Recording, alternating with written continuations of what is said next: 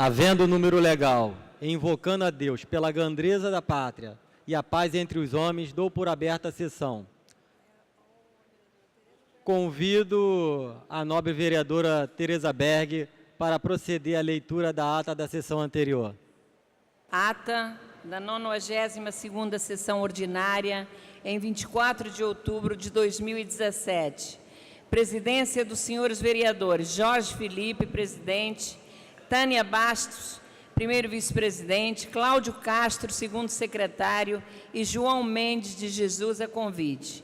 Às 14 horas, com a presença dos senhores vereadores Leandro Lira, Paulo Pinheiro, Renato Cinco, Rosa Fernandes, Renato Moura, Ítalo Silva, Chiquinho Brazão, César Maia, Raimon, Jair da Mendes Gomes, Marcelino de Almeida, Fernando William, Tereza Berger, João Mendes de Jesus, Luiz Carlos Ramos Filho e Marielle Franco, 16, assume a presidência o senhor vereador João Mendes de Jesus e ocupa o lugar de secretário o senhor vereador César Maia, ambos a convite.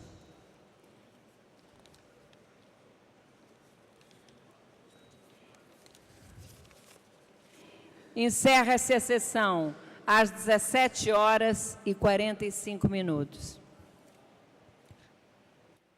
Aprovada a ata, passa-se ao grande expediente.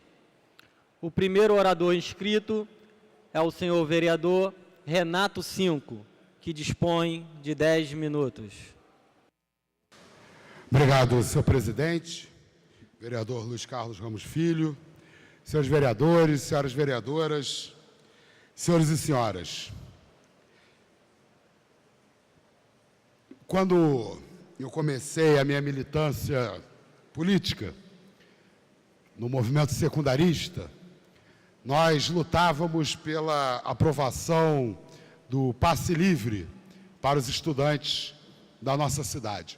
Eu apoiava um projeto de lei apresentado pelo então vereador Guilherme Rezer, que estabelecia o passe livre para estudantes de primeiro, segundo e terceiro graus das redes pública e privada da nossa cidade. Essa casa, através de emendas, aprovou, em 1991, depois de várias ocupações estudantis, né, de toda a casa, do plenário, do segundo andar, foi um período bastante tumultuado, né, com muitas mobilizações dos estudantes. Essa casa, através de emendas, aprovou o passe livre para estudantes da rede pública de primeiro e segundo graus. De lá para cá, eu mudei o meu conceito em relação ao passe livre. Hoje eu não acho que o passe livre deve ser restrito a uma categoria ou outra categoria. Eu defendo a tarifa zero no transporte público urbano, né, com o pagamento do sistema de transportes através dos impostos, fazendo, inclusive, né, com que proprietários de veículos, especialmente de veículos de luxo, ajudem a arcar com esse sistema. Eu acho que isso é importante por várias razões. É importante porque, em primeiro lugar, porque o direito de ir e vir é um direito fundamental. O direito à mobilidade urbana é um direito essencial para as pessoas poderem trabalhar, estudar, ter lazer. Elas precisam circular na cidade. E do jeito que é montado o sistema hoje, né, muitas pessoas não conseguem utilizar, não conseguem pagar o valor das passagens, não conseguem ter acesso ao transporte público, né, e muitas vezes têm dificuldade de conseguir emprego, de ter acesso ao lazer, até de ir para a escola em função disso, né. Acho também que o sistema de tarifa zero, né, com o transporte público estatal ou mesmo privado, ajudaria muito a combater a corrupção entre os empresários de ônibus e o poder público. Bom, mas hoje eu queria defender uma medida pontual. Nosso mandato apresentou o projeto de emenda à lei orgânica 32 de 2016, que estende o passe livre nos ônibus aos estudantes, né, dos pré-vestibulares de baixa renda, né, aos pré-vestibulandos de baixa renda da nossa cidade. Hoje, né, esse segmento é um segmento que tem bastantes dificuldades, né, de conseguir, inclusive, muitas vezes, continuar a participar das atividades do seu pré-vestibular em função do transporte. E eu já falei várias vezes, né, que, por exemplo, na questão da violência urbana, um dos elementos fundamentais, né, que nós precisamos atuar para combater a violência urbana é no acesso à educação. Né, e os pré-vestibulares, eles ajudam, né, fortemente a população de baixa renda a ter acesso ao que até outro dia, né, era privilégio exclusivo das classes médias e dos ricos do nosso país. Né. Hoje, o passe livre ele é restrito a maiores de 65 anos, alunos uniformizados da rede pública de ensino, pessoas com deficiências e seu respectivo acompanhantes e crianças de até 5 anos de idade. A inclusão, isso é importante chamar a atenção, a inclusão dos pré-vestibulandos de baixa renda teria baixíssimo impacto financeiro sobre o sistema de transportes, porque eles representam um número muito pequeno de pessoas. E esse baixo impacto nas contas do sistema de transporte, ele é inversamente proporcional ao alto impacto que essa medida teria na vida desses estudantes de baixa renda que fazem parte dos pré-vestibulares comunitários da nossa cidade.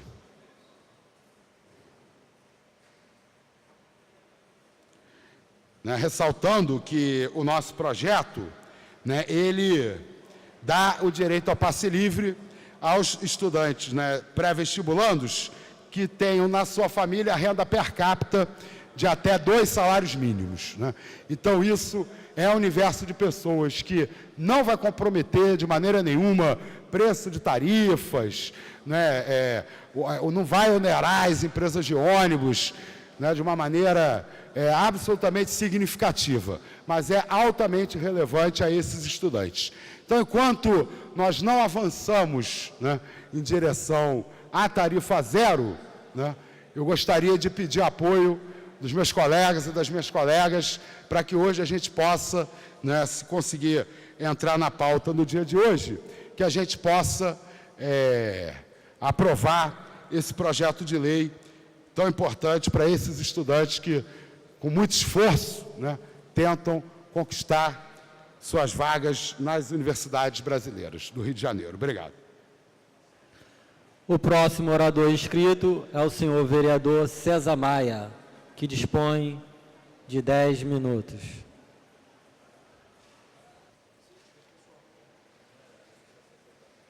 Senhor presidente, senhoras e senhores vereadores, eu há muitos anos, de segunda a sexta, tem edição do ex-blog, que é uma newsletter, né? Em que são notas, comentando uma coisa e outra. E no dia de hoje, a minha nota foi, eu gosto de acompanhar a história, estudo isso há muitos anos e tal, superficialmente, claro, não sou um professor, né? E acompanhando a crise na Catalunha, escrevi um texto que eu chamei de Portugal e a Unidade Territorial do Brasil, Espanha e Catalunha. Que eu fiquei surpreendido, porque em geral no Twitter, no Facebook, as pessoas entram, comentam, repassam, não repassam, mas as notas no ex-blog é um comentário ou outro, notas longas, né? Mas hoje várias pessoas, 15, né, comentaram a nota, inclusive pedindo que eu colocasse no ex-blog o comentário deles. Eu expliquei que, enfim, não seria bem o caso. Um deles, que fez um texto muito bem feito, né, talvez melhor do que o meu, ele tratou de unidade política do Brasil. E eu tratei nessa nota de unidade territorial. O texto é o seguinte, senhor presidente. Portugal e a unidade territorial do Brasil, Espanha e Catalunha. Os gravíssimos problemas enfrentados pela Espanha hoje, com a busca pela independência da Catalunha, teriam sido evitados se desde os anos 1500 a Espanha tivesse aprendido com Portugal. Quando os reis católicos, Isabel de Castela e Fernão de Aragão, unificaram a Espanha, os reinos que os conformavam mantiveram basicamente as suas autonomias administrativas e linguísticas. Os casos mais destacados foram o do País Basco e da Catalunha. Só com a superação da Guerra Civil Espanhola, de 36 a 39, o ditador-general Franco passou a se preocupar com essa situação.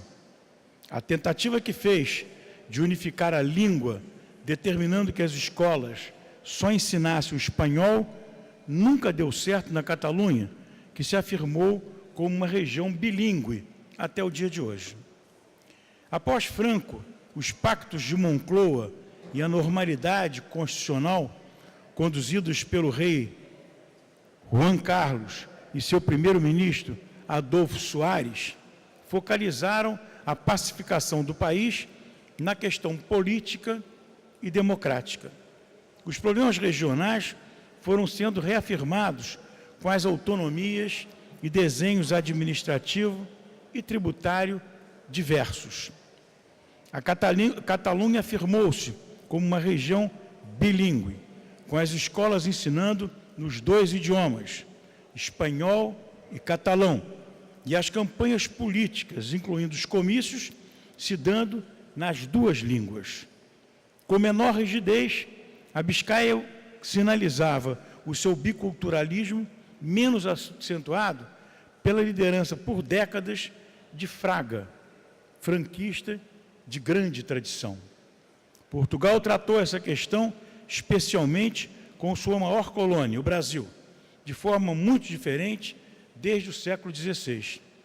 O risco que as capitanias hereditárias pudessem redundar num fatiamento da colônia durou pouco, abrindo espaço ao governo geral. A Espanha coordenava a sua enorme extensão territorial com 2 vice-reis, que durante o século XVIII foram desmembrados em 4, Nova Espanha, Granada, Peru, Rio da Prata, e 2 capitanias gerais, Guatemala e Caracas. No século XVIII, Marquês de Pombal, poderoso primeiro-ministro português, imprimiu independência econômica em relação à Inglaterra. Quebrou aqueles tratados com a Inglaterra, que Portugal era apenas subserviente à Inglaterra. Isso foi rompido com o Marquês de Pombal. Desenhou a hipótese do rei de Portugal ter que vir para o Brasil, num momento crítico, que ocorreu apenas 40 anos depois, com a invasão napoleônica. E o desenho já estava feito, Marquês de Pombal. E foi mais longe, entendendo que as regiões dirigidas pelos jesuítas caracterizavam territórios autônomos, expulsou os jesuítas no que foi acompanhado pela Espanha. Unificou as relações do Brasil com Portugal, que eram divididas, com o Grão-Pará, que atuava com autonomia de regras em relação ao restante do Brasil. Proibiu que se falasse, além do português, o tupi-guarani, que eram falados por mais da metade dos brasileiros, e da mesma forma agiu em relação às línguas africanas. Ainda no século XIX, parte significativa da população de São Paulo, na metade do século XIX, e Mato Grosso, usava o Guarani como sua língua, o que foi reprimido. Os grandes romances que tinham como heróis índias, índios e tal, fazem parte desse período. O Reino Unido deu continuidade, Reino Unido de Portugal e Algarves, deu continuidade a esta determinação. O rei Dom João VI garantiu a unidade territorial, ocupando uma parte das Guianas ao norte e a província Cisplatina ao sul, que passaram a ser fronteiras ampliadas de segurança do Brasil. Da mesma forma, empurrou a colonização de parte da Bolívia por brasileiros, o que décadas depois gerou a compra do território do Acre. Dando sequência, o Império do Brasil foi implacável com as rebeldias com caráter independentista, como a Confederação do Equador em 1824, Frei Caneca terminou enforcado, e a República Rio-Grandense, Piratini, em 1836, que foi uma guerra civil de uns 10 anos.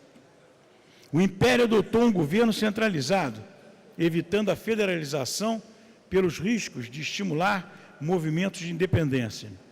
Só com a República, em 1889, foi introduzida a federação, já tendo como referência os Estados Unidos após a Guerra Civil dos anos 1860. Com a Constituinte de 1988, fiz parte dela, honrosamente, essa preocupação permanecia. Os militares fizeram chegar aos constituintes que o sistema político partidário deveria ser nacional e que a nova Constituição não poderia prever partidos regionais, como na Espanha, como na Argentina, pois isto era um risco e um passo que estimularia movimentos independentistas em regiões. A Catalunha veio confirmar essa preocupação dos militares brasileiros em 1988. Os partidos regionais da Catalunha, com a Constituição de 1978 da Espanha, são a base política dos movimentos independentistas e do quadro atual. Era isso, senhor presidente. Muito obrigado. O próximo orador inscrito é a senhora vereadora Tereza Berger, que dispõe de 10 minutos. Senhor presidente dessa sessão, senhores e senhoras vereadoras, funcionários desta casa, parabéns aí ao nosso mestre, César Maia, pela bela aula de história que acaba de nos proporcionar. Obrigada. Mais uma vez, o meu boa tarde a todos, todas. E nós ainda vamos abordar a questão da violência, que eu acho é o problema mais sério que vive o nosso querido Rio de Janeiro. Você pega os jornais, liga a televisão, ainda hoje, 2 pessoas foram assassinadas, um motoqueiro na Avenida Brasil foi metralhado, um rapaz, um jovem, em Irajá, também foi assassinado, e ontem um menino com apenas 15 anos de idade, em Japeri, aconteceu a mesma coisa, parece que fruto de uma bala perdida. Mas nós vamos voltar ao assunto que comoveu a cidade e tomou conta da imprensa, que foi a questão da morte da turista espanhola, ao supostamente furar um bloqueio policial na Rocinha. Lança mais uma sombra, não apenas sobre a capacidade do Rio de Janeiro de acolher visitantes de outras cidades e países, mas principalmente sobre a situação de nossas forças policiais. Vítimas do estresse constante de combater organizações criminosas que os governos, infelizmente, deixaram crescer como cânceres, nossos policiais mostram não terem recebido treinamento adequado que os leve a lidar com as graves situações do dia a dia. E pior ainda, mesmo sob evidente estresse, não são afastados das suas funções, mesmo temporariamente, para que possam receber tratamento que restaure ou possa restaurar suas condições emocionais e permita uma volta às ruas para cuidar responsavelmente da proteção dos cidadãos de bem. E é só ver o seguinte, o policial que baleou a turista espanhola foi preso ontem e falou-se muito no estresse policial, mas hoje ele já está solto e vai responder em liberdade. Então, não houve absolutamente nenhum cuidado, se havia estresse, isso é uma coisa a ser questionada, se havia estresse, nada se fez para aliviar o estresse do policial. Nós também não podemos deixar de registrar que a nossa polícia, a todo momento, também é vítima de ação de bandidos, e vemos policiais morrendo todos os dias. Nos últimos 2 dias, 2 policiais também foram assassinados. Nervos à flor da pele e gatilhos ao alcance dos dedos são uma combinação maléfica que resulta quase sempre no que aconteceu ontem com a senhora Maria Esperança Gimenez e que, infelizmente, acontece muitas vezes em nosso cotidiano, feito de constante confronto entre as forças da ordem e as facções que estão a serviço do crime. Não se passa praticamente um dia sem que desses confrontos não resultem mortes, quase sempre de pessoas inocentes, muitas vezes crianças, como esse jovem que eu citei há pouco. São colhidos pelos tiroteios, alucinados, que podem irromper a qualquer momento. Antes, nas chamadas áreas de risco, como se uma cidade do Porto do Rio, uma atração para todo o planeta, ainda tivesse que conviver com elas na segunda década do século XXI. E agora, praticamente, em todos os bairros transformados em locais onde não se pode mais caminhar, ir para o trabalho ou escola sem correr risco de vida.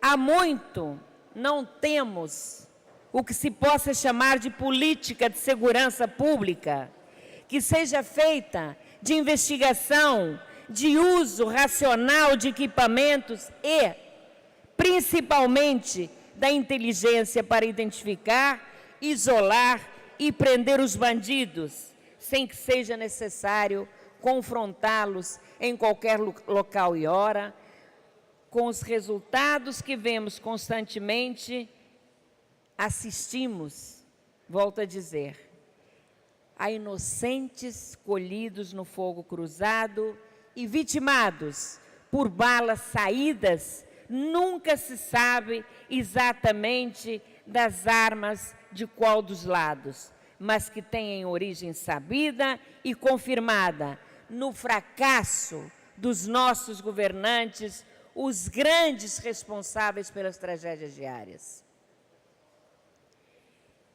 Nós, hoje, estamos apresentando um projeto de lei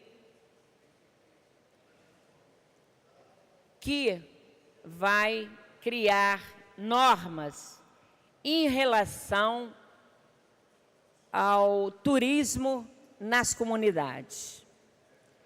Porque não que nós vamos acabar com o turismo nas comunidades, mas acho que está na hora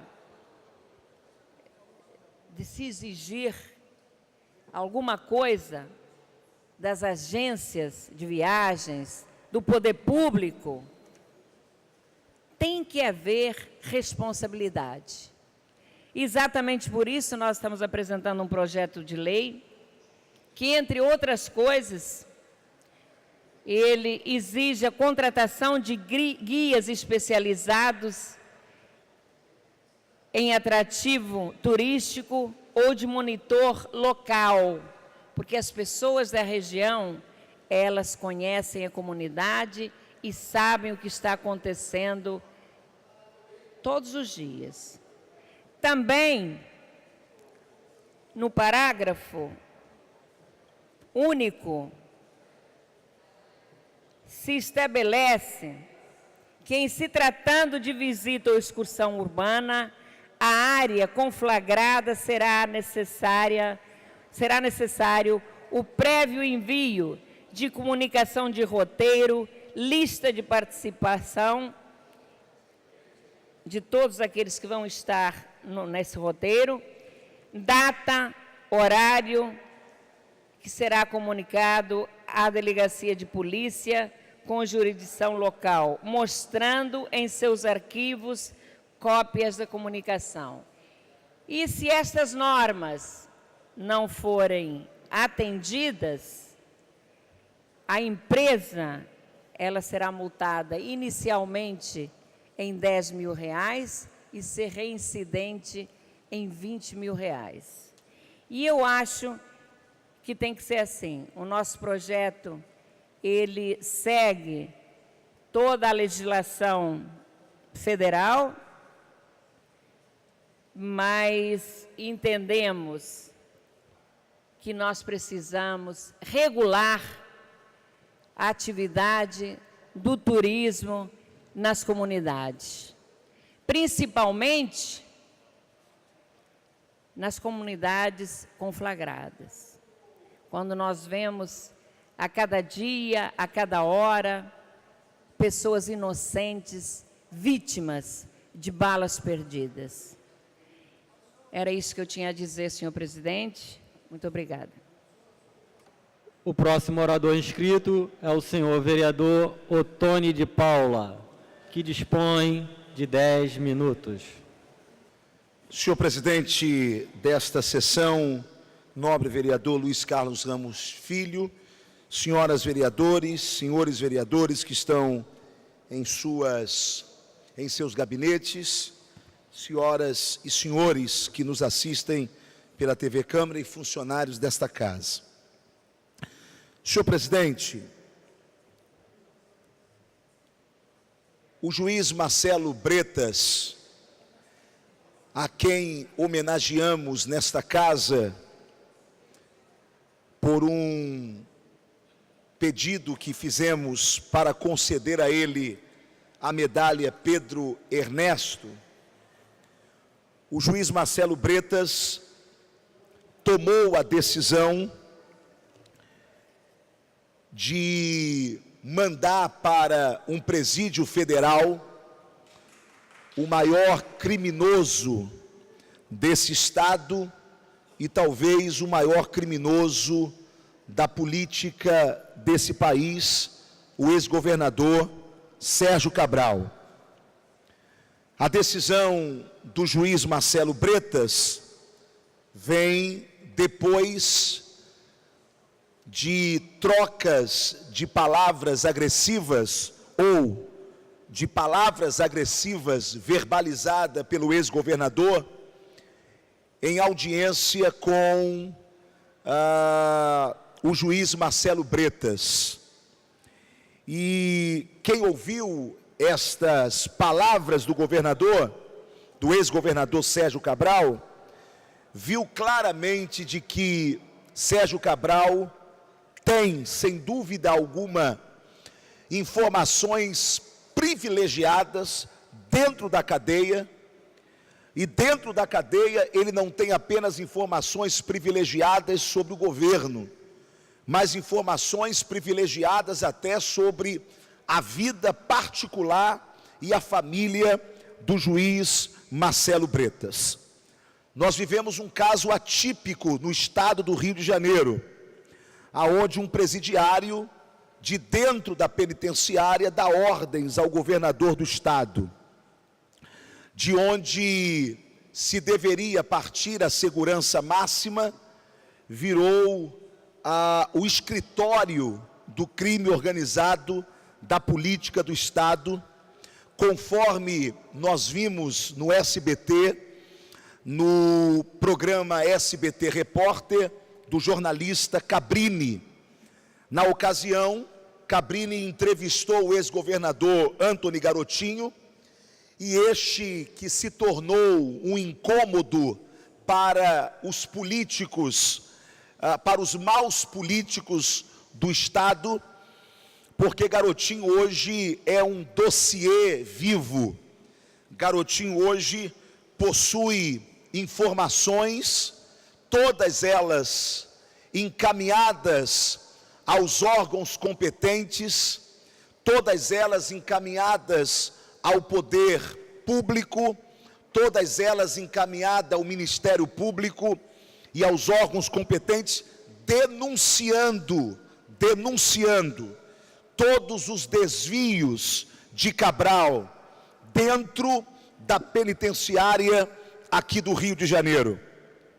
Nesta reportagem em que Garotinho foi entrevistado, dava-se para ver as imagens da quadrilha que destruiu o Rio de Janeiro, transformando a penitenciária em um escritório, repito, do seu crime organizado. O desembargador Abel Gomes, do Tribunal Regional Federal do Rio, confirmou, portanto, a decisão do juiz Marcelo Bretas de transferir Sérgio Cabral para o Presídio Federal. A defesa do ex-governador recorreu, mas perdeu. Cabral vai ser enviado, graças a Deus, para Campo Grande, em Mato Grosso do Sul, porque lá é o único dos 4 presídios federais que dispõe de uma ala separada de onde ficam os chefes do crime organizado. Nesse caso, Cabral também se enquadra como um chefe do crime organizado, porque foi a sua quadrilha que quebrou o estado do Rio de Janeiro. Por isso, agora acabam-se as mordomias e os privilégios nesse que eu chamo de presídio VIP de Sérgio Cabral, em Benfica. Agora, eu gostaria de, ainda nesse pronunciamento, fazer uma denúncia reverberar. O ex-governador Antony Garotinho protocolou no dia 6 de outubro, no Gabinete Civil do Governo do Estado, ofício ao governador Pezão, solicitando do mesmo proteção policial a ele e a sua família, pelas ameaças que foram relatadas por agentes, não foi apenas um, foram mais, agentes penitenciários lotados em Benfica. Todas essas denúncias estão em áudio com o ex-governador. Numa dessas vozes que se pode ouvir, e uma dessas vozes é do ex-governador Sérgio Cabral. Cabral diz que quando sair do presídio, vai urinar na sepultura do ex-governador Garotinho, numa clara ameaça de que a vida dele poderia estar correndo perigo.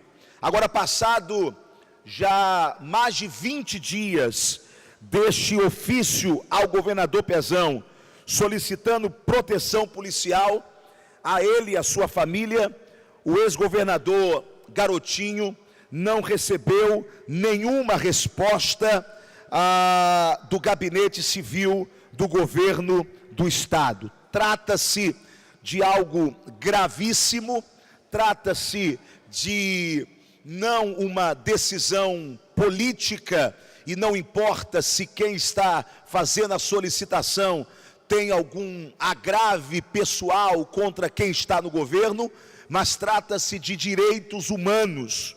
Portanto, quero fazer desta tribuna da Câmara Municipal esta denúncia do não atendimento da segurança, da solicitação de proteção policial que o ex-governador Garotinho pediu a ele e a sua família. E pediu por questões óbvias. Todo o esquema que quebrou o estado do Rio de Janeiro começou a ser delatado, começou a ser denunciado, melhor dizendo, no blog do ex-governador Garotinho. Gostando ou não de Garotinho, esta é a verdade. E todo o processo, ou boa parte dos processos que foram movidos contra o ex-governador Cabral e a sua quadrilha partiram das denúncias feitas pelo ex-governador Garotinho, que hoje pede proteção policial a ele e a sua família, porque tem recebido graves ameaças e que o governador Pezão não pode se furtar a dar ao cidadão Antony Garotinho e à sua família esse direito que lhe cabe. Senhor presidente, era este o meu pronunciamento na tarde desse dia. Muito obrigado. O próximo orador inscrito é o senhor vereador Renato Cinco, que dispõe de 10 minutos.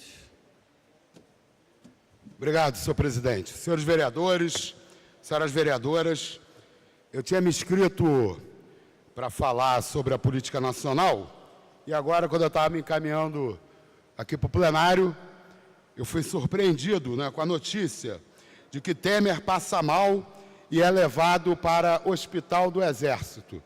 Parece que acabou de acontecer um plantão da Globo News dando essa notícia.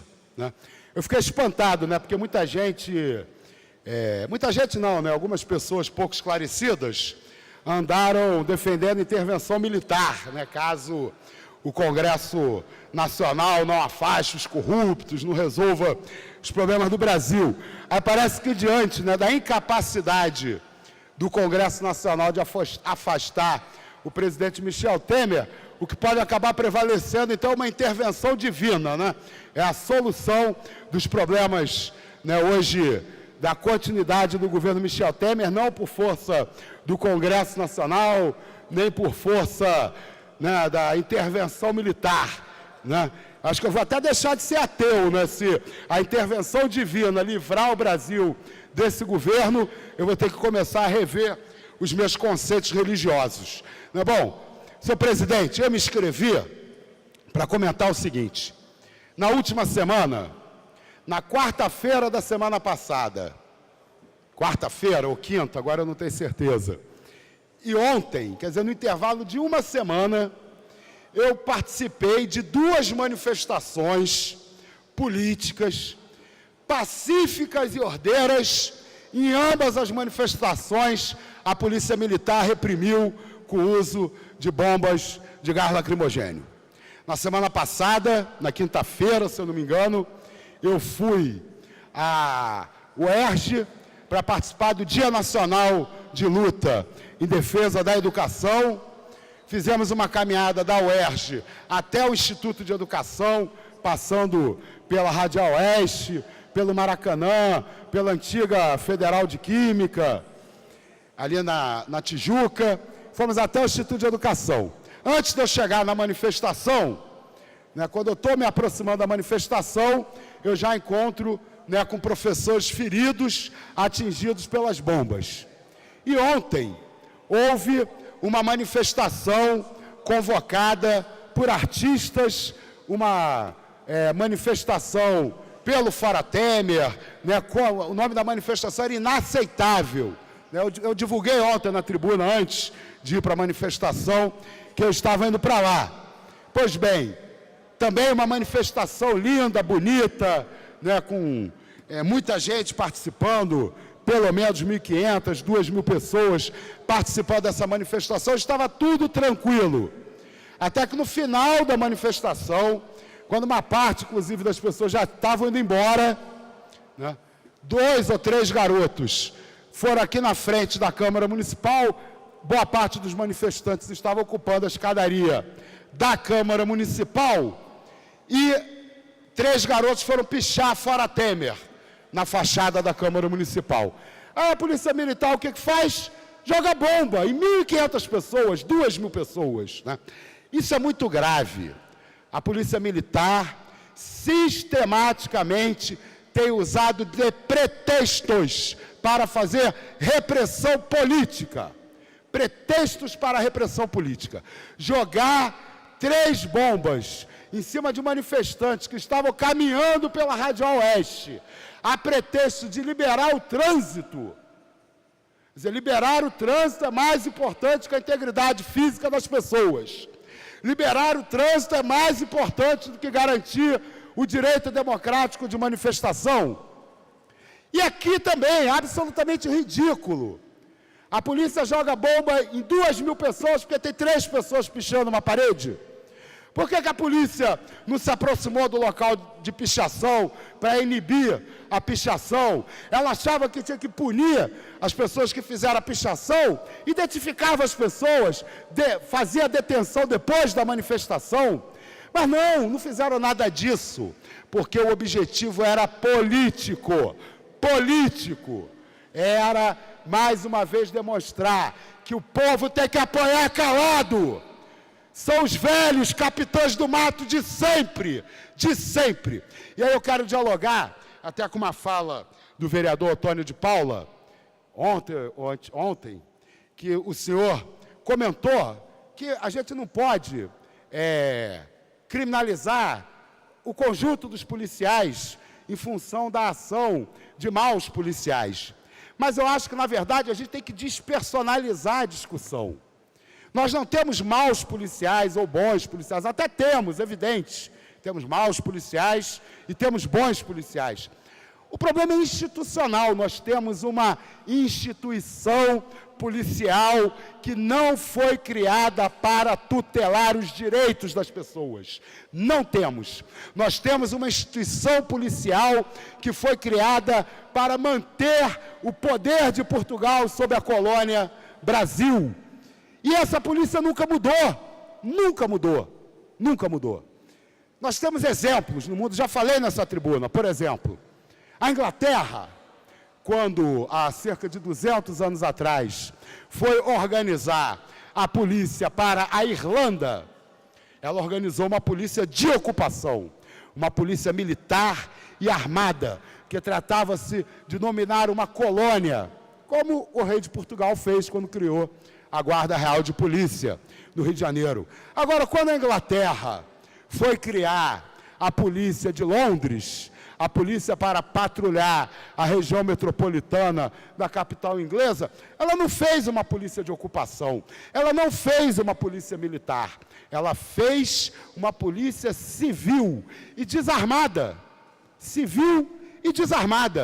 com o objetivo não de impor a dominação colonial, mas de tutelar os direitos, de tutelar as leis. O nosso modelo de policiamento, ele é uma das provas de que o Estado brasileiro, ele mesmo depois da independência, mesmo depois da proclamação da República, ele continua sendo um Estado inimigo do povo brasileiro. O Estado brasileiro, ele está organizado para manter a maior desigualdade social do planeta. É para isso que está organizado o nosso Estado, para reproduzir a desigualdade. A nossa polícia, ela não foi organizada para defender o povo, defender as leis. Ela foi organizada para defender esse Estado que mantém a desigualdade. Então, o policial, ele pode ser um bom policial, mas ele não vai conseguir cumprir as suas atribuições constitucionais de garantia dos direitos das pessoas e da lei, porque a polícia não foi estruturada para isso. Não foi. E não é só a polícia militar. Vamos olhar para a polícia civil também, que é a encarregada das investigações. Como nós podemos ter uma polícia que não conclui nem 4% dos inquéritos de homicídio? Simplesmente não conclui. O principal crime, que é o crime contra a vida, ele não é investigado pelas nossas polícias. Sabe por que ele não é investigado? Porque a vítima é um matável. Quem é a vítima do homicídio no Brasil? É o jovem negro favelado com menos de 25 anos. Então a nossa polícia, ela não serve para proteger a vida de todos, ela não está preocupada com o jovem favelado com menos de 25 anos que é morto. Ela não conclui os inquéritos, simplesmente não conclui.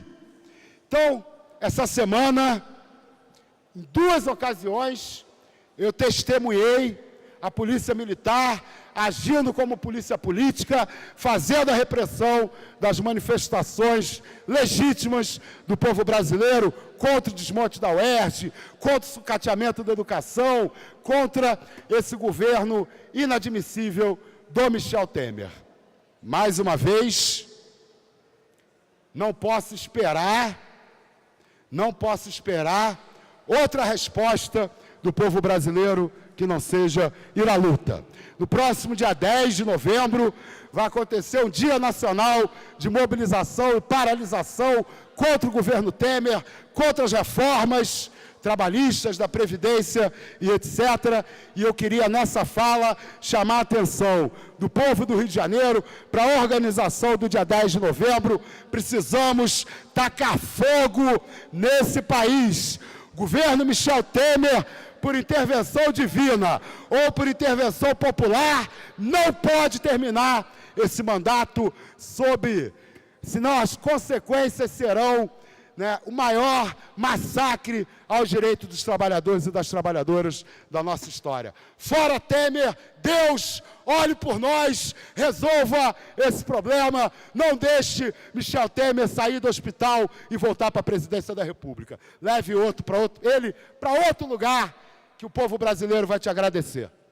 O próximo orador inscrito é o senhor vereador Felipe Michel, que dispõe de 10 minutos. Boa tarde, presidente e amigo Luiz Carlos Ramos Filho. Que alegria te ver aí. Parabéns. Tá? Boa tarde a todos os amigos vereadores. Eu queria trazer para essa casa, primeiramente aqui o meu agradecimento ao secretário Fernando McDowell pelo entendimento, com certeza absoluta, com o aval do prefeito Marcelo Crivella, que tinha um compromisso com a classe do transporte complementar da nossa cidade. E essa classe que tanto sangra há anos aqui na cidade do Rio de Janeiro, que são os mototáxis, o antigo Cabritinho, que hoje é o sistema de transporte público comunitário, ao sistema de transporte público local, que é são os antigos TECs, que tanto sofrem na nossa cidade, mas que fazem um papel muito importante no transporte da nossa cidade. E eles teriam que voltar a rodar nos itinerários que não levam do nada a lugar nenhum e que não têm rentabilidade. Então, queria parabenizar, primeiro, também a comissão de transporte dessa casa, que tem o presidente Alexandre Esquerdo, vereador Marcelo de Almeida e eu também como membro da comissão de transporte. Trabalhei muito tempo nessa classe e tenho muito orgulho de dizer que é muito importante deixá-los desempenhar o trabalho que é importante para a população da cidade. Então, prefeito, hoje saiu o decreto do nosso secretário Fernando McDowell, liberando para essa classe de trabalhar na P3, que é ali na Zona Norte, na P4, que é em Jacarepaguá, e na P5, que é na Zona Oeste. E o secretário terá, junto com a comissão, 90 dias para fazer o desenho melhor, que atenda a população da cidade do Rio de Janeiro e que dê rentabilidade também para essa classe. Então, parabenizo ao secretário Fernando McDowell e também o prefeito Marcelo Crivella e toda a classe que terá o direito de trabalhar e de atender a população. Isso é muito importante, isso é uma bandeira nossa. O transporte complementar, o STPL, que hoje terá o direito de trabalhar durante esses 90 dias e que, se nesses 90 dias possa ser construído itinerários que atendam a população e dê rentabilidade para essa classe. Isso é muito importante e eu vou trabalhar muito junto com o vereador Alexandre Esquerdo para que nós possamos encontrar itinerários que atendam a população e dê rentabilidade para essa classe. Uma vitória, mas que nós, conforme ontem à noite, nós em reunião com essa classe, ali num clube, ali na, difícil é o nome, na Suburbana, em Pilares, falamos, a luta não acabou, a luta será grande. E nós vamos trabalhar muito para encontrar tudo de bom para essa classe. E também aqui, agora, o segundo tema, presidente, é relacionado à Conlurb, essa empresa pública da nossa cidade. Uma preocupação que eu trouxe aqui ontem, essa empresa faz um trabalho muito sério, um trabalho de excelência na nossa cidade, presidente. E, conforme ontem eu trouxe aqui para casa, um sinal de alerta para o nosso prefeito Marcelo Crivella, um sinal de alerta da forma que começou a ser conduzida essa empresa e que muito me preocupa. E eu espero que o presidente, que assumiu agora o senhor Rubens Teixeira, a qual sempre falou comigo de uma forma muito educada, só que eu não quero só que ele fale de uma forma muito educada comigo. Eu quero que ele atenda os anseios da nossa cidade da melhor forma. Não da forma que se desenhou ali na conservação. Nós precisamos de uma forma mais efetiva, de uma forma que atenda mais a população. Então isso é uma preocupação que eu trago aqui para casa, da mesma forma que outros vereadores já trouxeram, que o senhor, presidente Rubens Teixeira, que o senhor possa ter cuidado com as mudanças que estão sendo feitas dentro da Conlurb. A Conlurb, ela nunca foi uma empresa que foi atendida de anseios políticos, ela atende os anseios da população, da limpeza do dia a dia da nossa cidade. Então vamos ter cuidado da forma que vai ser conduzida a Conlurb na nossa cidade. Pois nós, vereadores aqui, da Câmara Municipal dos Vereadores, fomos eleitos pela população, temos que estar de olho, fiscalizando e acompanhando esse trabalho que é muito importante para a nossa cidade. Da mesma forma, presidente, eu trago aqui uma preocupação dos profissionais e eu, com muito orgulho, criamos aqui a Frente Parlamentar em defesa dos profissionais da limpeza urbana da nossa cidade, a preocupação com o 14º salário dos profissionais da limpeza urbana. Que muito, isso já, todos os anos, eles recebem no meio do ano, esse 14º, e eles esse ano ainda não receberam o seu 14º. Isso é uma preocupação, isso é uma conquista que os profissionais da limpeza urbana tiveram, e nós sabemos do momento de crise que atravessa a nossa cidade, mas nós precisamos olhar ali pelo profissional da limpeza urbana. Foi uma conquista deles, o 14º salário. Isso eu levanto aqui também um sinal de alerta com a preocupação com esse 14º, que é um direito que eles adquiriram do salário deles. Então, isso também é um sinal de alerta que eu trago. E terceira questão que eu trago, presidente, é relacionado ao servidor público. Tenho vários amigos servidores, conforme todos os vereadores aqui, e os servidores estão muito preocupados com o seu 13º.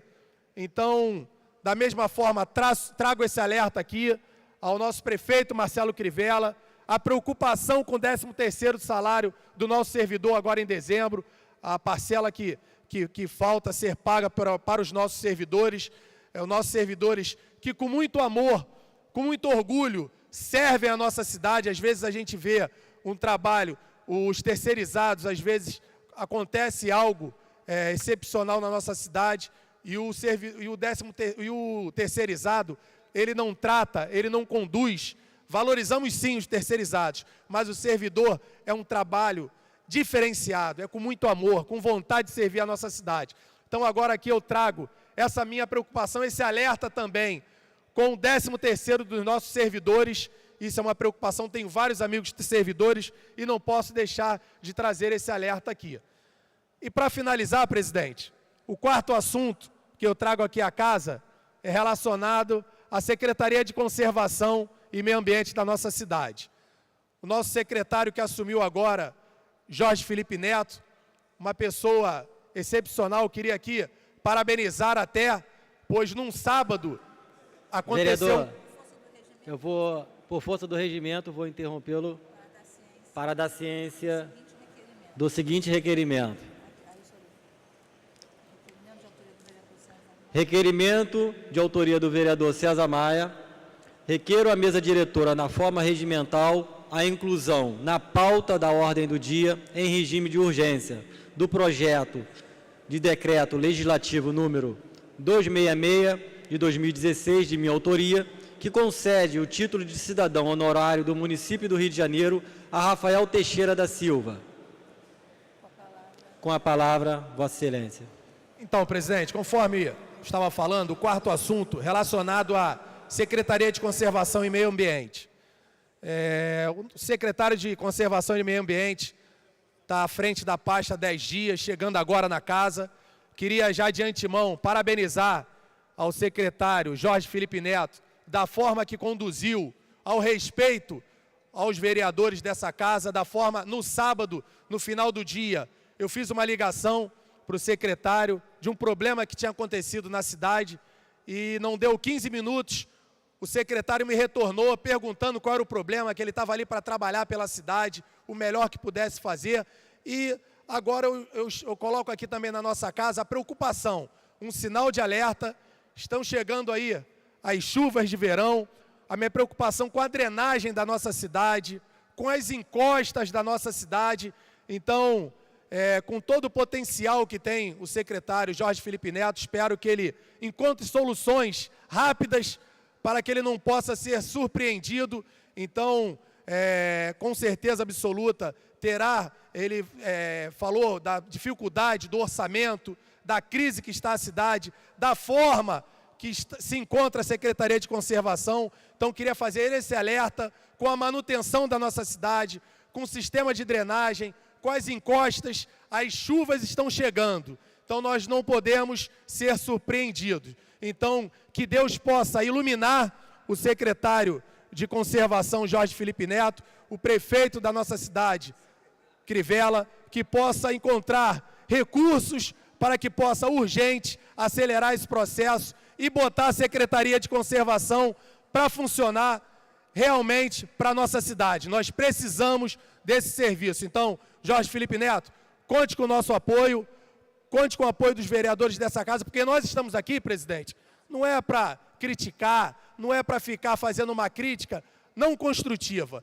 Nós estamos aqui para construir uma cidade que toda a população espera, que é uma manutenção decente, é um sistema de drenagem, são as encostas da nossa cidade, são os grandes centros dos nossos bairros, que nós precisamos, rápido, com urgência, fazer a manutenção e acelerar esse processo. E para isso, secretários, prefeitos, pode contar com o meu apoio. Eu estou aqui para trabalhar, para fiscalizar e para construir uma cidade que todos nós esperamos, principalmente o nosso prefeito Marcelo Crivella. E podem contar comigo. Muito obrigado, presidente, e boa tarde. O próximo orador inscrito é o nobre vereador Ottoni de Paula, que dispõe de 10 minutos. Senhor presidente, o que me traz a essa tribuna novamente nesse dia é para falar sobre um problema não da nossa cidade, mas eu entendo que essa tribuna, ela é uma tribuna que tem o poder de reverberação, ela tem o poder de ultrapassar os limites da nossa cidade. E muito me preocupa, senhor presidente, muito me preocupou a homologação do estado de emergência do meu querido município de Cardoso Moreira, no norte ou no noroeste do estado. O estado de emergência decretado pelo município Cardoso Moreira, senhor presidente, faz com que agora suba para 10 o número de cidades fluminenses que decretaram a medida de emergência a fim de buscar recursos do governo federal para enfrentar o longo período de estiagem que nós estamos vivendo no estado. Cardoso Moreira e toda aquela região do norte e noroeste possui milhares de habitantes. O prejuízo é incalculável na produção da pecuária, carne e leite, que aquela região ali produz. Apesar da previsão de chuvas para os próximos dias, outras duas cidades do norte e noroeste, Itaperuna e São Sebastião do Alto, devem tomar a mesma medida. Senhor presidente, é muito importante que nós entendamos que 3 milhões de pessoas já estão sendo de alguma forma afetadas em todo o estado do Rio com a falta de chuvas que tem deixado rios e nascentes secas. A longa estiagem provocou a queda da captação de água em cerca de 30%.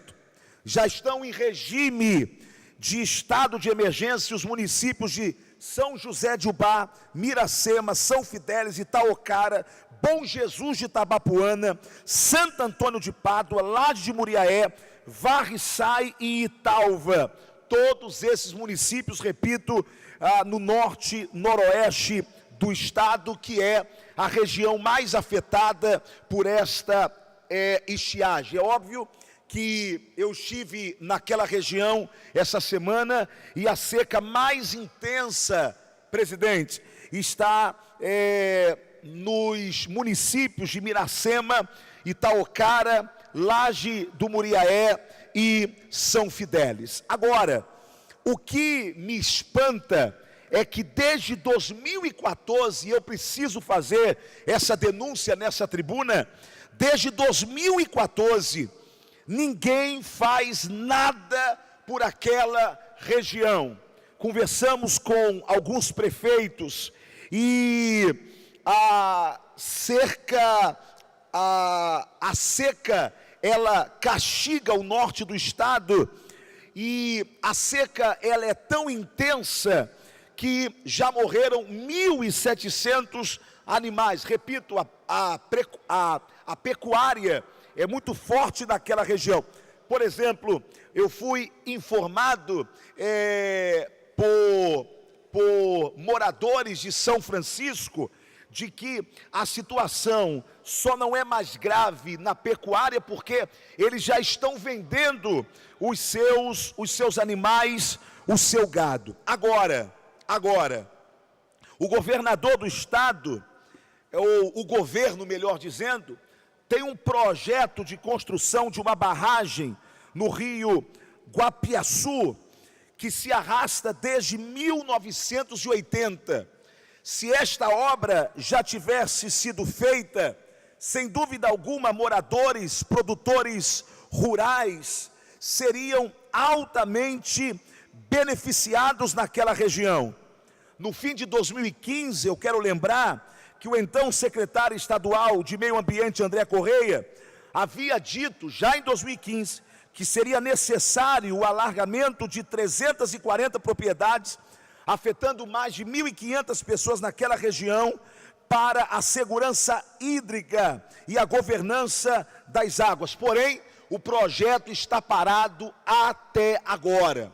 Então, senhor presidente, não é um problema simplesmente de estiagem que aquela região está sofrendo, mas um problema de gestão política, de prioridade política para aquela região, que não pode ficar refém do clima, que não pode ficar refém de que mudou o tempo e a estiagem, ela neste período ficou longa. E aí, vai durar até quando? Vai durar até que momento? A população do norte e noroeste do estado clama pelo socorro que virá do céu, com certeza, mas clama por uma gestão política eficaz que não lhes torne reféns, mais uma vez, conforme todos os anos que há estiagem, principalmente naquela região do clima, porque o gestor público não fez os procedimentos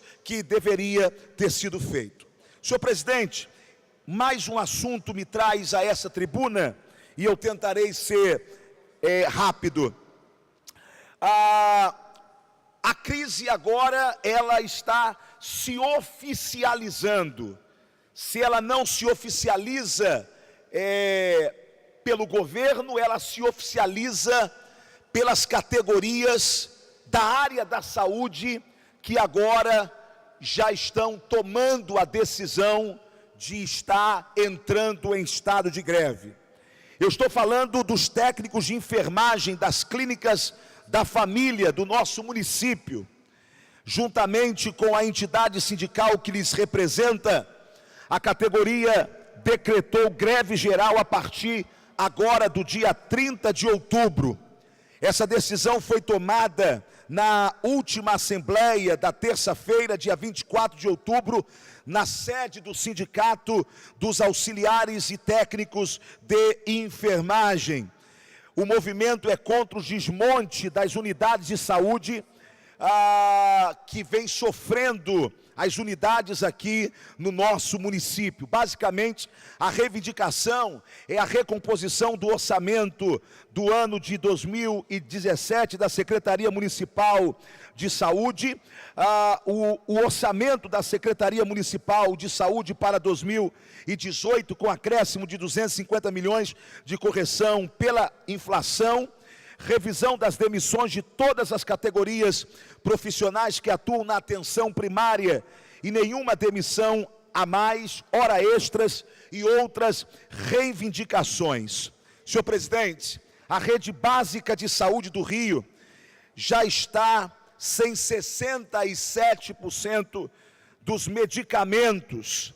Falta desde analgésico a antibiótico até álcool, ou seja, os insumos básicos já estão faltando, além de pacientes e de cidadãos que reclamam da superlotação. Esta casa não pode simplesmente atribuir a responsabilidade do que está acontecendo com a saúde à Secretaria de Fazenda e à secretária Maria Eduarda. Ela contingenciou, sim, a saúde, mas toda a ordem de contingenciamento, ela parte da caneta do senhor prefeito Marcelo Crivella. Portanto, se alguém tem responsabilidade no contingenciamento, se é muito, se é pouco, essa responsabilidade não é da secretária de Fazenda. Essa responsabilidade é do senhor prefeito Marcelo Crivella. Esta decisão cabe a ele. Portanto, o que eu estou fazendo aqui é apenas impedindo que se divida responsabilidade. Na hora da crise é que um bom gestor se revela. Na hora da crise, não adianta gritar crise, crise, crise, crise. É igual o capitão de um grande navio, de uma grande nau, que enfrenta uma terrível tempestade e a única coisa que ele sabe dizer para a tripulação é tempestade. Ora, tempestade todos já sabem que a nau está passando, está atravessando. Cabe sim a este timoneiro pegar na direção desta nau e atravessarmos esta crise com a maior tranquilidade possível. Desejo sucesso ao prefeito Crivella, mas não me furtarei de fazer críticas que a ele cabe e somente a ele cabe e que não devem ser divididas com o seu secretariado. Que tem responsabilidade? Tem, mas a palavra final e a caneta está na mão do prefeito Crivella. Muito obrigado. O próximo orador inscrito é o nobre vereador Tarcísio Mota, que dispõe de 10 minutos. Senhor presidente, senhores vereadores aqui presentes, trabalhadores desta casa, aqueles que nos assistem pela TV Câmara, boa tarde. Tem um ditado que diz, senhor presidente, que quem não deve, não teme. Mas parece que Temer teme muito. Porque hoje, o Congresso Nacional está tendo que votar a respeito de uma pergunta. Michel Temer deve ser investigado ou não? Notem, o Congresso hoje não está votando o impeachment de Michel Temer. Está votando o pedido do Supremo Tribunal Federal para que Temer seja investigado, para que prossigam as investigações enquanto ele ocupa o cargo de presidente da República. E sobre que denúncias, quais denúncias pairam sobre o presidente da República, Michel Temer? Na denúncia feita pela PGR, por Rodrigo Janot, as denúncias são de que Temer faria parte de uma organização criminosa, chamada carinhosamente de quadrilhão do PMDB, e também acusado do crime de obstrução à justiça. O tal quadrilhão do PMDB seria formado, a sua cúpula dirigente, seria formado por um velho conhecido nosso do estado do Rio de Janeiro, Moreira Franco, a quem Brizola chamava de gato angorá, o Henrique Eduardo Alves, o Gedel Moreira Lima, esqueci de um aqui agora, e especialmente Eduardo Cunha. Tudo bona gente, né? Tudo gente boa nessa história. O Gedel, do apartamento de 52 milhões de reais, o Cunha, que está preso por um montão de acusações e um montão de processos que estão lá em cima dele. Essa organização criminosa, montada a partir do desvio de propina de uma série de estatais, Furnas, Petrobras, estatais inclusive que agora Temer quer privatizar, né? Propinas que compraram maiorias parlamentares, ainda dentro do governo Lula e do governo Dilma, mas que se tornaram ainda mais evidentes depois que Michel Temer assumiu o poder, depois do golpe dado em 2016, quadrilha essa em que o Ministério Público filmou gente correndo com mala de dinheiro, há provas cabais sobre isso, mas a decisão sobre isso não é uma decisão técnico-jurídica, é uma decisão política do Congresso Nacional.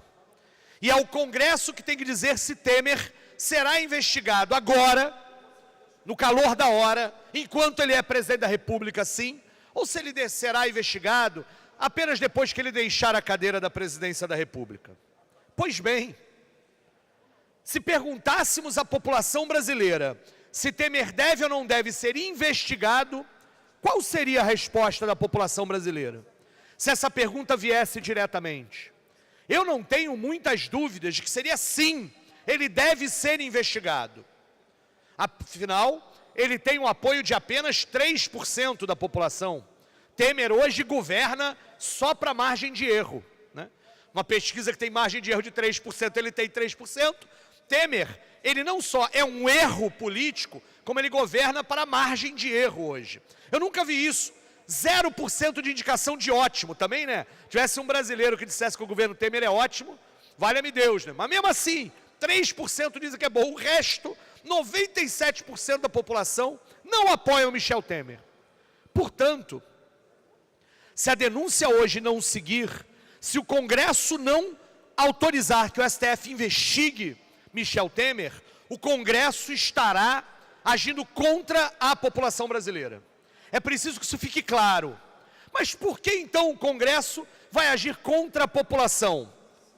Bom, nós estamos vendo aí ao longo da última semana que Temer é muito bom ao comprar votos no Congresso Nacional.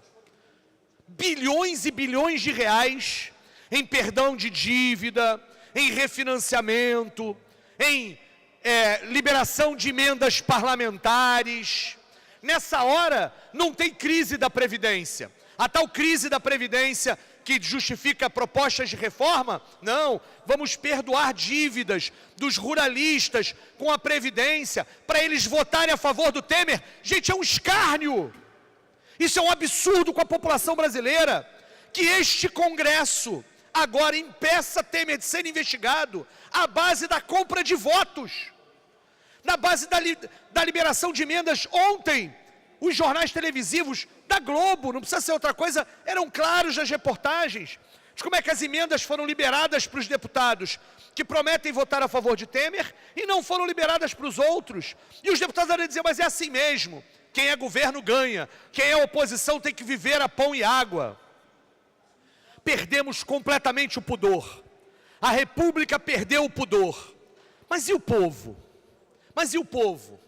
Nós precisamos retomar o diálogo com a população, porque desde o impeachment da Dilma, desde o golpe que foi dado, se construiu uma falsa polarização entre petralhas e tucanos, mortadelas e coxinhas, uma falsa polarização que só serve ao sistema que segue. Porque enquanto fazem essa falsa polarização de que quem é a favor do impeachment de Temer, ou contra o golpe é a favor da Dilma, de quem hoje diz que é golpe, de quem hoje diz que Temer tem que ser investigado, é petista. Essa falsa polarização, como se só existissem dois lados, só serve a eles. Só serve a eles. Nós hoje precisamos ter clareza. Temer foi para o poder para fazer algumas coisas. Reforma trabalhista, reforma previdenciária, congelamento dos investimentos em saúde e educação, benefícios para os ruralistas, fragilização da legislação de combate ao trabalho escravo. A reforma da Previdência que virá aí foi para isso. Isso interessa a quem? Ao mesmo tempo, o sistema de pagamento da dívida está intacto. A reforma tributária que deveria acontecer para termos impostos progressivos não sai do papel. Enquanto isso, enquanto se alimenta uma falsa polarização que não existe, eles seguem tirando direitos da população. É preciso que a população hoje perceba que o fora Temer nunca foi mais atual. De que não podemos deixar a República morrer deste jeito. De que se este Congresso corrupto e vendido perdeu completamente o pudor, é papel da população ir às ruas para exigir que o Congresso não se descolhe da vontade. Mas mais do que isso, é talvez um alerta para que a população perceba que é a sua organização que pode mudar alguma coisa. De que não é depositando todas as esperanças nas eleições que nós vamos mudar alguma coisa. Já se fala abertamente no calendário de 2018. Eu não tenho problema, precisamos discutir 2018, precisamos apresentar alternativas para a sociedade nas eleições de 2018, mas independente de quem sejam os candidatos a ganhar a eleição sozinha não vai mudar a realidade. Nossos sonhos não cabem nas urnas. É preciso que a gente aposte na organização e na mobilização popular para mudar esse estado de coisa. Sei que parece difícil. Estamos todos anestesiados, estamos todos desesperançosos. A esperança parece ir pelo ralo, porque parece que nada dá certo. Parece que um corrupto é substituído por outro e assim vai.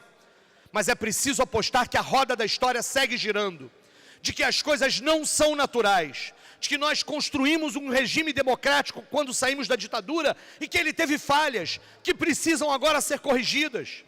Que precisam ser corrigidas porque os problemas da democracia se corrigem com mais democracia.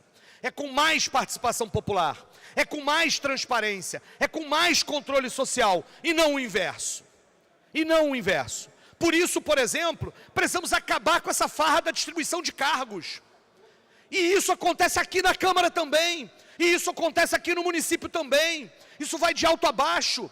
Quando o prefeito Crivella começa a construir suas maiorias parlamentares, dando uma secretaria para o neto do Jorge Felipe, dando uma outra para o filho da Rosa Fernandes, dando uma secretaria e cargo para vereador A, vereador B votar a favor do IPTU. Isso é a repetição de um esquema de corrupção que hoje está lá em cima no Temer, ganhando a maioria para ele. E isso não é democracia. Não é democracia. Democracia é você olhar para as secretarias e não lotear esses cargos, mas perceber como é que nós vamos fazer essa secretaria funcionar para que o povo tenha seus direitos garantidos. Para que o povo tenha direitos garantidos. Não botar numa secretaria quem vai ser candidato na outra eleição, para ele se cacifar para isso, ora bolas, é assim que a gente administra o Estado brasileiro. Portanto, de Temer a Crivella, passando por Pezão, está na hora da gente passar a limpo essa república. Não há condições de Temer continuar no poder. Não há condições de Pezão continuar no poder. E Crivella, que só tem 1 ano de poder, só tem 1 ano de governo, que abra o olho e não siga pelo mesmo caminho. Não siga pelo mesmo caminho de terminar rendido às maiorias parlamentares conquistadas na troca de voto e da chantagem. Porque isto leva à corrupção, isto leva ao fim do controle social sobre o Estado, isto leva à perda de direitos da população.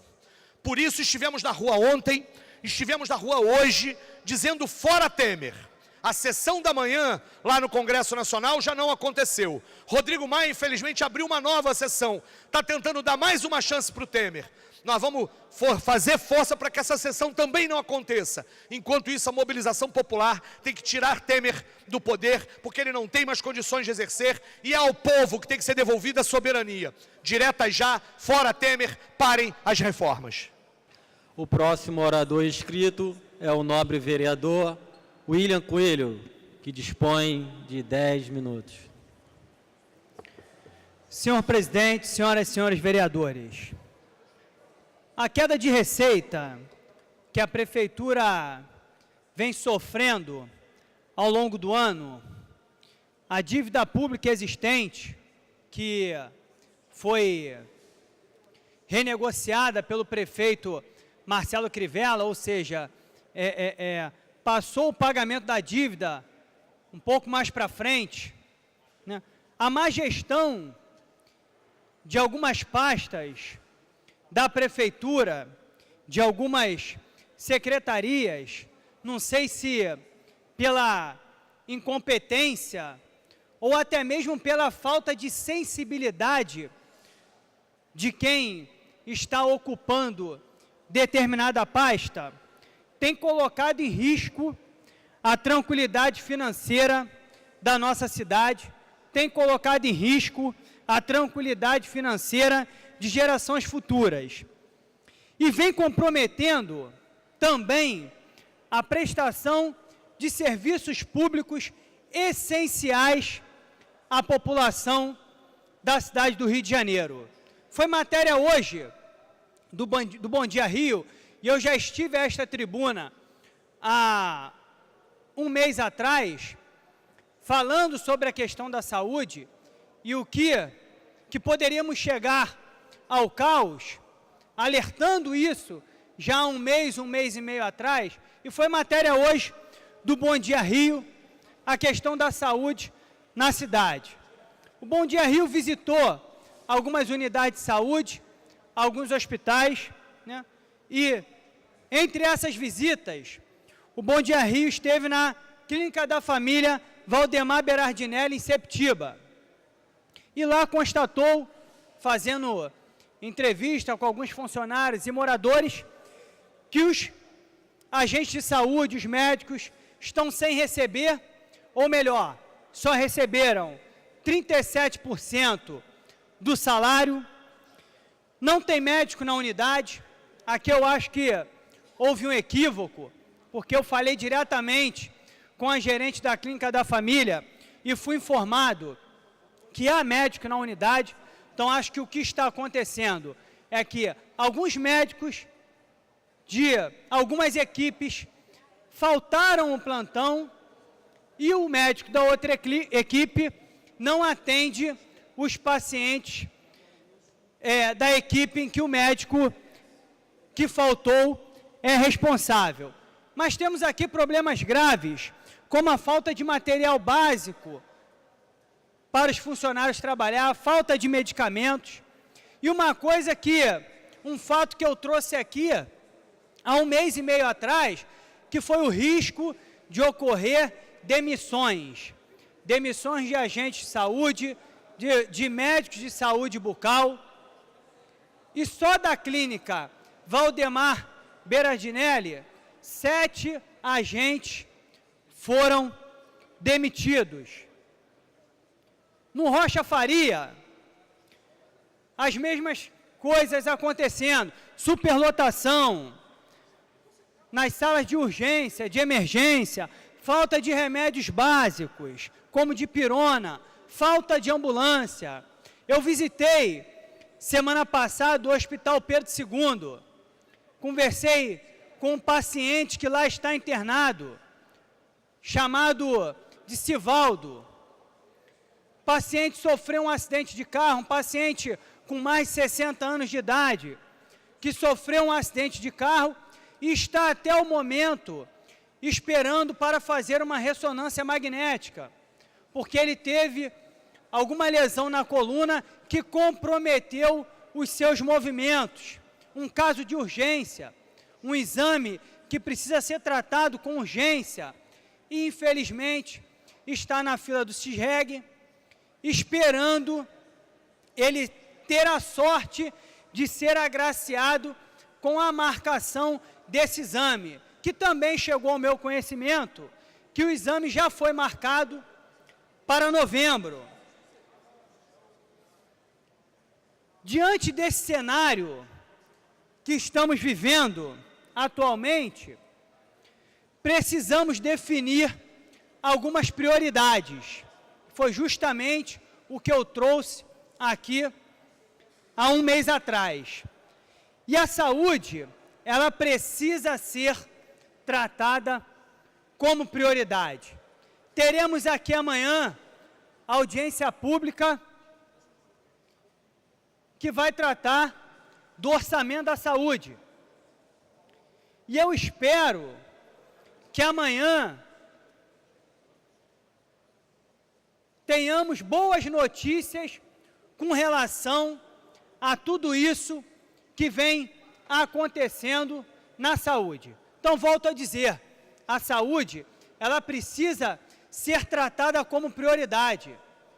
Vamos parar as obras, vamos parar outros serviços que a Prefeitura vem prestando e vamos colocar dinheiro na saúde, porque estamos tratando de vidas. E isso precisa ter uma prioridade, precisa ter uma urgência. Então, eu deixo aqui, nesse momento, em primeiro lugar, as minhas palavras de solidariedade à população, aos profissionais da saúde, que mesmo com tantas dificuldades, não estão se furtando ao trabalho. E deixo aqui também minhas palavras de indignação e um apelo ao prefeito Marcelo Crivella, que possa tratar da saúde como uma prioridade. Muito obrigado, presidente. Obrigada, vereador. O próximo orador inscrito é o senhor vereador Cláudio Castro, que dispõe de 10 minutos. Desculpa, refazendo a fala, 7 minutos. Senhora presidente, senhoras e senhores vereadores, queria dialogar aqui com o meu nobre colega, professor Tarcísio, sobre a questão das emendas parlamentares. Né? Eu, sinceramente, senhora presidente, acho que a emenda parlamentar foi algo muito positivo criado. Eu acho que o parlamentar poder exercer o seu mandato na plenitude, independente se ele é da base ou se ele é oposição, eu acho que isso é um avanço assim enorme. Ele poder, como aquele mais próximo da sociedade, e aí nesse caso, principalmente o vereador, aquele que está muitas vezes lá no dia a dia, a gente tem vereadores distritais aqui, como o próprio vereador William Coelho, que me antecedeu aqui, que sabe os problemas mais urgentes, mais básicos, aquele problema realmente que a sociedade está ali precisando daquilo de qualquer jeito. Tem o vereador Chiquinho Brazão aqui, que também é um vereador, digamos, distrital, assim, de uma região. Agora o vereador Jair entrando. Vereadores que realmente conhecem uma região da cidade a fundo. E a emenda parlamentar, ela vem exatamente permitir que o vereador, ou o parlamentar, que aí não é só aqui na Câmara, né? E porque eu até queria falar mais de Brasília, e transformar isso, que é uma coisa tão positiva, e antes de eu falar até na transformação, e aí vem a Câmara Federal, e na minha opinião, traz um avanço gigantesco, que é transformar a emenda em positiva, vereador Chiquinho Brazão, que a emenda impositiva é aquela que acaba com a barganha, acaba teoricamente com a podridão que se há na emenda ser uma troca, você vota aqui e eu pago ali. Na verdade, o que tinha sido uma ideia boa, que tinha sido desvirtuada, tinha sido uma evolução da Câmara Federal. Só que, infelizmente, professor Tarcísio, infelizmente, quando você abre o jornal O Globo de hoje, mais uma vez o Globo fala isso, a emenda parlamentar, mais uma vez, se torna moeda de troca. Infelizmente, se torna moeda de troca para se julgar ou não presidente da República. Que independentes, uns acham, acho que 100% das pessoas, vamos dizer 99%, porque tem alguns que ainda estão lá falar das tetas vai ficar até, mas é o único termo, mamam nas tetas do governo, mas alguns dizem que, e eu até concordo com isso, que para a economia seria muito ruim agora, mais uma troca de presidente, mas acho que 99,9% da sociedade acha realmente que o presidente Temer não tem a menor condição de ficar. Alguns acham que ele tem que sair de qualquer jeito, e outros acham que temos que aturá-lo, pelo menos mais um ano e pouco, para que a economia não seja mais abalada ainda, seja mais prejudicada ainda. Mas aí, senhora presidente, a gente abre o jornal e vê mais uma vez que as emendas ao orçamento, que um trabalho que, eu volto a repetir aqui, teria que ser uma coisa extremamente positiva do parlamentar poder ajudar a sua base, vereador Leandro Lira. Ela se torna mais uma vez uma moeda de troca para que o presidente não seja investigado. Isso é muito triste, porque teoricamente a emenda vem para ajudar a população. Ou seja, há uma barganha.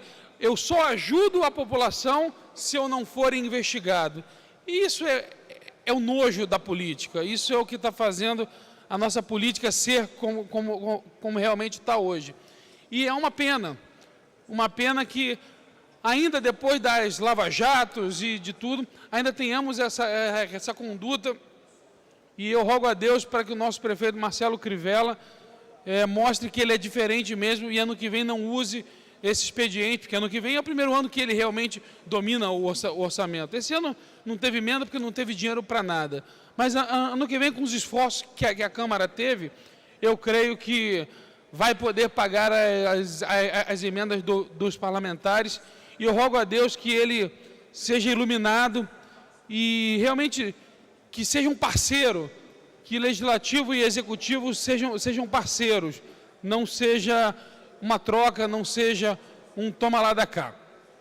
E para terminar, infelizmente ele não está aqui no plenário, mas eu gostaria de agradecer o vereador Otônio de Paula pela sua fala da semana passada. Eu recebi, pelo menos acho que umas 50 vezes, nos grupos de WhatsApp, a fala dele sobre Nossa Senhora Aparecida, e queria realmente agradecer o carinho dele e o respeito dele com nós católicos, que realmente foi muito bonita a ação do vereador Otônio de Paula. E é isso, senhora presidente, muito obrigado.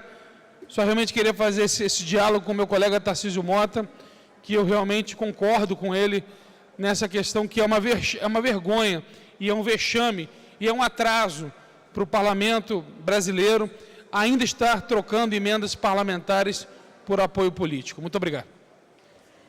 Esgotado o tempo destinado ao grande expediente, passa-se ao prolongamento. Desculpa, refazendo a fala. Terminada a primeira parte do grande expediente, passa-se à segunda parte.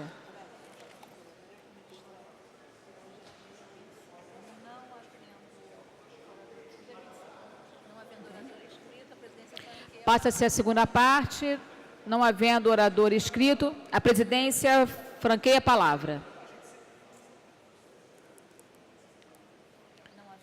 Não havendo quem queira fazer uso, a presidência suspende a sessão até às 16 horas. Está suspensa a sessão. Está reaberta a sessão. Esgotado o tempo destinado ao grande expediente, passa-se ao prolongamento. A mesa dará ciência das proposições recebidas. Requerimento sem número do vereador César Maia.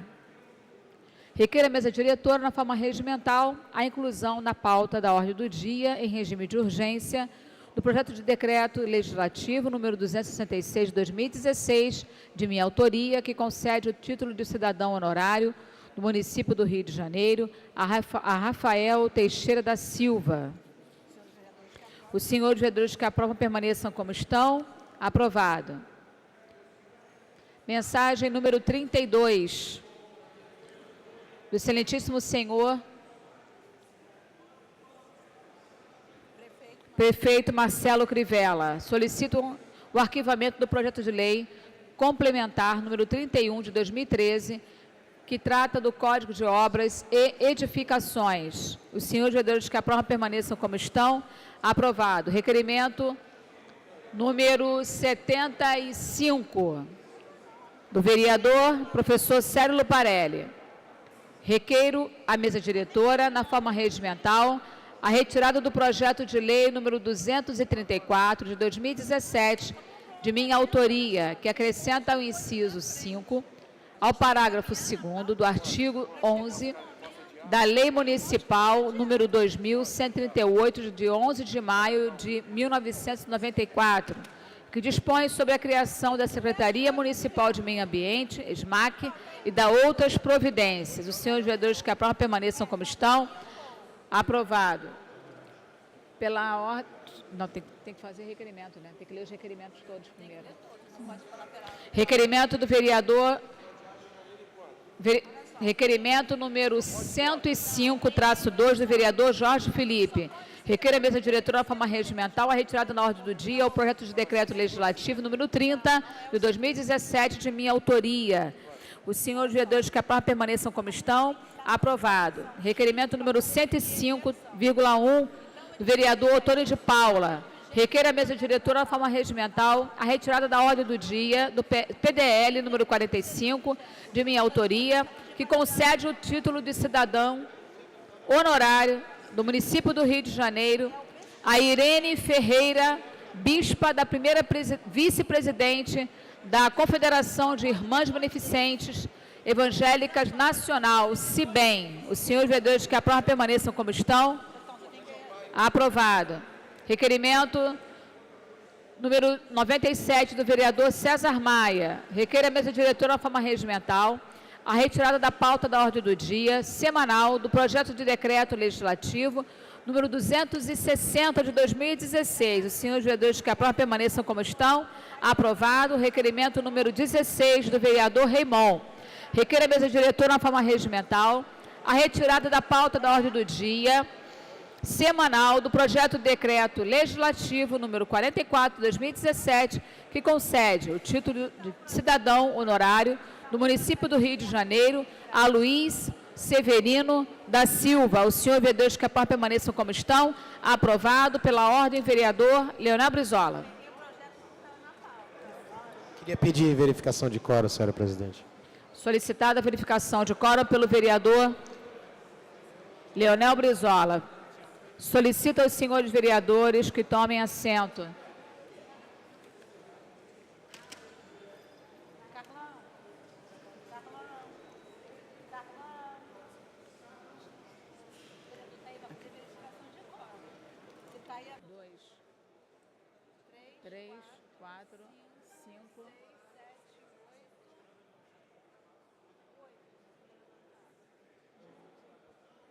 Primeira bancada, 8 senhores vereadores. Segunda bancada, 1 senhor vereador. Terceira bancada, já contei o senhor.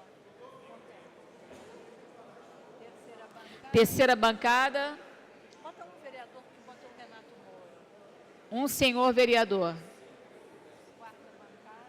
Quarta bancada, 2 senhores vereadores. Mesa 1. 13. Mais um vereador na quarta bancada. 14 senhores vereadores.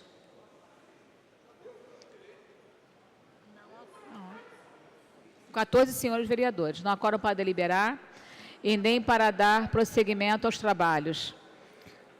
A presidência, antes de encerrar a sessão, convoca para amanhã, às 14 horas, está encerrada a sessão.